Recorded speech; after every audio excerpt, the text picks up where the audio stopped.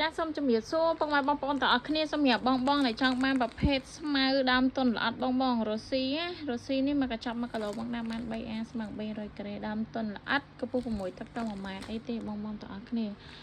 បងដាំដីទួដីចកាដាំម្ដងប្រមូលផលបានយូរមួយវិញទៀតសម្រាប់បងចង់បានប្រភេទមុំភាសាគីណេជាប្រភេទស្មៅស្ដាច់ស្មៅលេខ1ដែលមានគុណភាពខ្ពស់អាយុកាលវែងប្រមូលទិន្នផលបានយូរឆ្នាំបងប្រកាសជាស្គាល់ហើយបងដែលចាំកោបងណាំមុំភាសាគីណេនេះគឺចំណេញច្រើនមែនតើហើយសម្រាប់បងដែលចង់បានពពួកស្មៅផ្អែម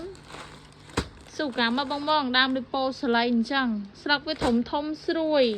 មួយវិញទៀតប្រភេទស្មៅផ្អែមស្វីតចាំបូសម្បូរទៅដោយប្រូតេអ៊ីនខ្ពស់ចិញ្ចឹមកោកវាយវាសេះ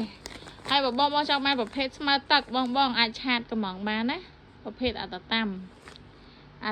និងប៉ាសប៉ាឡូមខាតឡាមបងគឺម្បូរតែមួយឯងមកគ្រាប់វាក៏ស្តៀងគ្នាដែរបងប្រកាសជាស្គាល់ហើយប្រភេទស្មៅទឹកគឺមានពីរប្រភេទគ្រាប់វាបែបនេះណាអានេះគ្រាប់អត្តតាមអានេះគ្រាប់ខេតឡាមបើបងអត់ធ្លាប់ដាំស្មៅបងប្រកាសជាអត់ស្គាល់អត់ដឹងថាមួយណាអត្តតាមមួយណាខេតឡាមឯងដោយសារគ្រាប់វាពោដូចគ្នារូបរាងវាស្តៀងគ្នាគ្រាន់ថាមួយតូចមួយរៀងត្រឹសបន្តិចវាខុសគ្នាត្រង់ហ្នឹង